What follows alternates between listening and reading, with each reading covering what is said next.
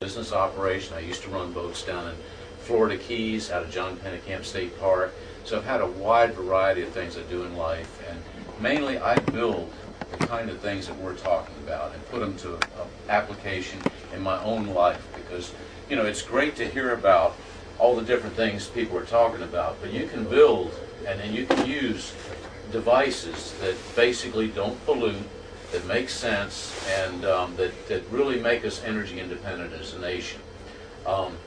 Mitzi, you were talking earlier about how do I apply this? You know, what do we do? After the Hurricane Isabel, you know, our electricity was out at my house, and I had to go into county government to help other people. And as a result, I told my wife, I've got to leave. And my wife is sitting there saying, well, what am I going to do? There's no electricity. You know, what am I? And I said, well, what do you want? New Orleans all over again. Well, I'm thinking to myself, it's time to read a book. You know, this is what a wonderful, relaxing time it can be. And she said, no, I want to see TV. And I said, and she said, I want to see TV. And I said, okay. So I went out to the garage and I went to my electric riding mower that I built, took one of the batteries out, went to the workshop and got my inverter out, hooked it up, took it over to the TV set, plugged it in, and the TV came on. And she said, well, I have TV. And I said, yes. And she said, nobody else has TV. And I said, well, yes. And she said, well, that's why I married you. So sometimes you have to find how to appeal to the ladies, so to speak, you know, with this new energy technology and these concepts. 30 years ago, I think I'm headed for the kitchen. Okay. When we went to war before with the Iranian crisis and all the mess that we had in the Middle East before, and the whole crisis with you know, the hostages and Jimmy Carter's mess that he had, that happened 30 years ago. I got involved in this, and one thing I noticed is we can do better when it comes to fuel technologies. So I started looking at gasoline. How can I stretch a gallon of gas to do better? And I noticed one day as I was fueling the tank, fumes were coming out of the tank. And I thought, well, if I could meter those fumes and feed it into a carburetor that just metered the fumes, not the liquid, I could make a better carburetor. I did my homework on it. That's called a vapor carburetor. People have been doing it since the early 30s and even before. I took some seminars. I studied it. I built some vapor carburetors. And yes, you can get better fuel economy. You can burn much cleaner. But ultimately, the oil companies had the last say because they've added additives into the vapor carburetors. And unlike water, which will vaporize, or alcohol, ethanol, which vaporizes at the same rate, these things have additives and different compounds, and you get gunk, and so the carburetor doesn't work very well. So with that, over the years, lots of experiments, I laid it aside. In the mid-90s, I said, well, you know, I'd like to do something. I was running a sawmill operation, and we converted over to making our own electricity through a generator, because we could make it for half the price of electricity buying from the electric company. So it's all about, initially, usually economics that drives businesses into better energy forms. Right. I built an electric riding mower. I thought, well, I could do this. I'll build an electric riding mower. It makes sense. And ultimately, I went to an electric boat, and it was doing so well that I converted my car to electric. I took a forklift motor, I went to the internet, and I found a set of plans and a guy who would help me out and drive an electric car.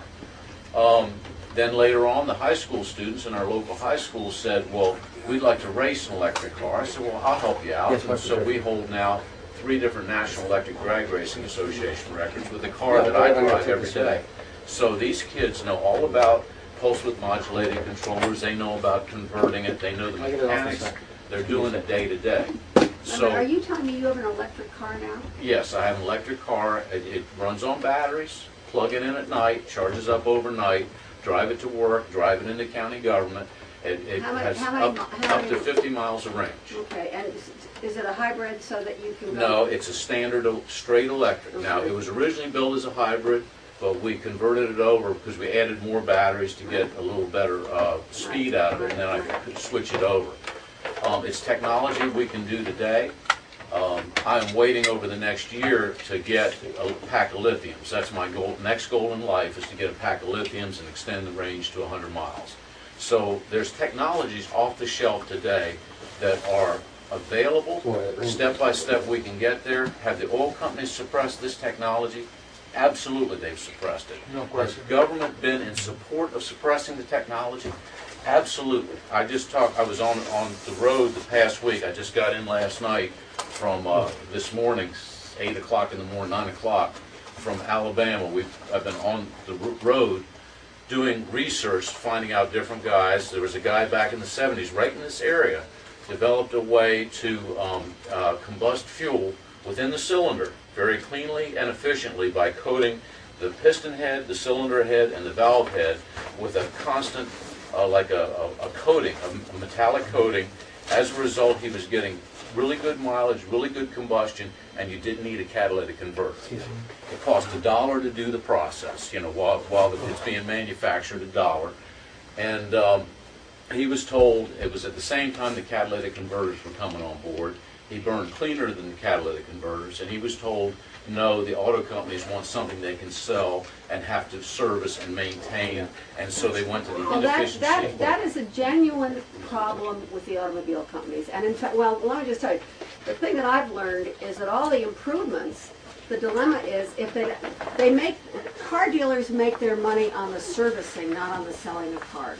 Absolutely, and that's So you the have to reason. understand that in That's terms the of the reason problem you're they up went to the against. catalytic. He had hundreds of thousands of hours of testing of this device in. His name was Southwick Briggs. You can look him up on the internet, and you can find his patent on the internet. So that's what he'd done, and it was good technology, and it probably should be resurrected today. There's tons of technologies out there. I just got back from visiting with James Allen Roby. He runs the Water Fuel Museum out in Kentucky. And then I went down to visit with Bob Boyce. Bob is one of the premier specialists of electrolysis of water. And what Bob told me is he said he's still dealing with water. He's run vehicles off water. He actually produces his electrolyzer and his electronics produce at 800% above Faraday, predictions, so to speak. People will call that over unity. It's not over unity. He's actually, it's a resonance process, and he's basically tapping 0 point.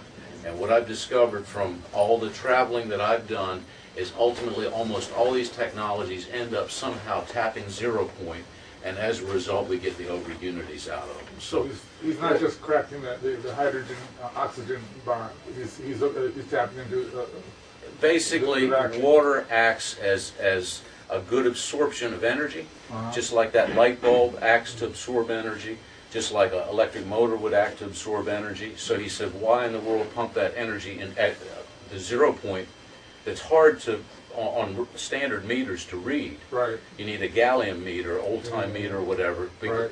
But he said, why go through all the process of running a generator when you can go directly back to the engine and run the engine?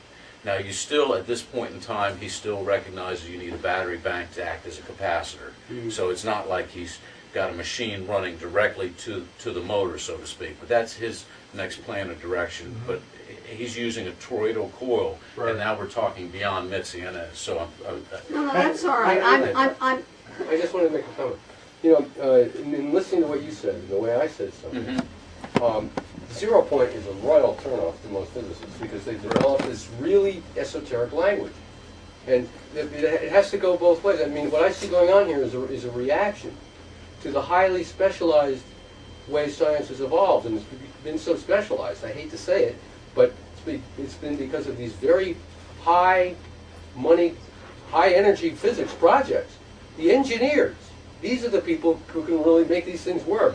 And they're not getting funded to do it. well, and And they should be. beyond that, though, if they were to get funded to do it, you would find that it would never, ever make it to the shelves of the stores. Well, it's a combination of things. Well, I'm thinking in particular of the government. Right, through suppression. Well, I'll Well, give you a good example that I documented because I'm also a commentator in our local newspaper. Paul Zaguris developed a resonance system that was cracking water, and he developed it to run boats because what an ideal situation. You're sitting in your fuel tank, so to speak, right on top of it. Wait, His name is Zaguris. He developed it in Brockton, Massachusetts. Initially, the Justice Department came in and threatened him to shut him down. why? They threatened it was a national security issue, and they could shut you down with a national security issue. So But I have to tell you, I think today, things are changing, and let me give you my own perception. When I came to the Pentagon 30 years ago, the mantra was, technology is our force multiplier. Yeah, right. I mean, we genuflected to technology, And right? as long as Hang on. Yeah, you're right. Technology is winning us nothing You're right. in the Middle East. Absolutely. It is winning us nothing around the world in the military. Right. The thing that is winning us stuff is human behavior. That's right. And so there is an effort now to get some shifts. It'll probably take a generation, Right. but there is a shift. I mean, the Army is talking about how they're going to start teaching what I call Peace Corps skills. Yeah. Yeah, but if it stands in the way of the profits that are being flowed to the major oil corporations, but it's I- not going to come. Yeah, Well, But the, no, but I have to tell you on that. Things are starting to change. They're starting to think through what are alternative games they can get into, Yeah. because they do recognize there are shifts. Right. And I have to tell you, I was really impressed because there's a guy by the name of Jim Rogers, who's the head of Duke Energy. And I was on a nuclear subcommittee or task force or something at the Council on Foreign Relations with him. And I hadn't known him very much, but a lot of people had been talking about him. He runs the third largest power company in the country. One of the dirtiest. Uh-huh. Could be. Well, all of that may be, but let me just tell you, I mean, I think things are beginning to shift, because what he said to the audience there was, he said, I'm agnostic about the source of the energy. What I know is we have to work on the environment. And to get that coming from someone like him, the National Petroleum Council, which comes, there was a letter written by Roscoe Bartlett that went to the Secretary of Energy, and he created this team, and they came out with this 442-page report. And all these oil executives have been going around briefing it. And they claimed they talked to 1,000 people. I mean, anyway, the bottom line of that report is, it's not that we have a shortage of molecules.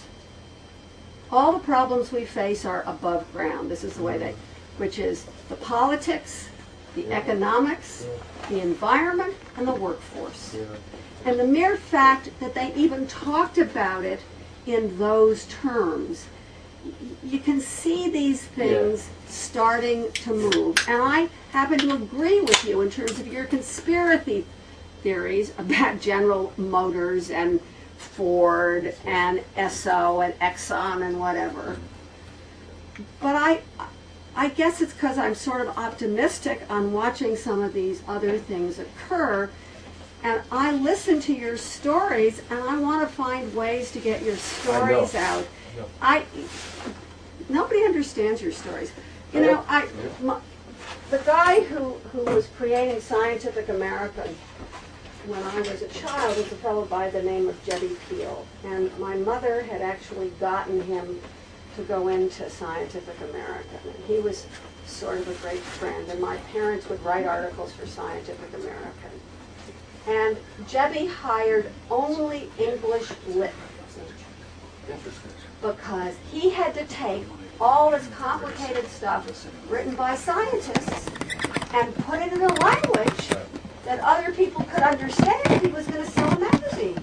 But then ultimately, it's up to the scientists to So put how, it. it's It's a multifaceted. collaborative. Yeah, right. It has to be collaborative. The reason I'm just mentioning the oral historian is she reaches out to the journalists and it's at the level right now of communication where we're not communicating to the public. We're just trying to communicate to potential sponsors and so forth. But she should have. Can I tell you what? What? You're going to have sponsors that are like me. Yeah, I know. And so if you think communicating to a sponsor means talking to him, you're not getting it. Yeah, I know. Well, I'm going home. Yeah, but Mitzi, I'm gonna work on the brief, and I'll send it to you. But I have ultimately, to tell you, if you have a lot of words, Oh, I know. hang on, just listen. Anything related to energy is about two things. One is numbers, and the other is change of conditions, which is what I call flow. Right. All of which lends itself to visual presentation. Yeah. And And prototypes. I do not. Working prototypes. No, if you have, now, of course, if you have working prototypes, but I'm just trying to talk about the ideas you're trying to get across. And If you want to prove that you have something that works, a prototype helps a lot. Believe it or not, I do know how to do that. Well, I just- show it to me the Yeah, next time. exactly, I will. Okay. I just, I didn't have I'm my. late. Oh, God.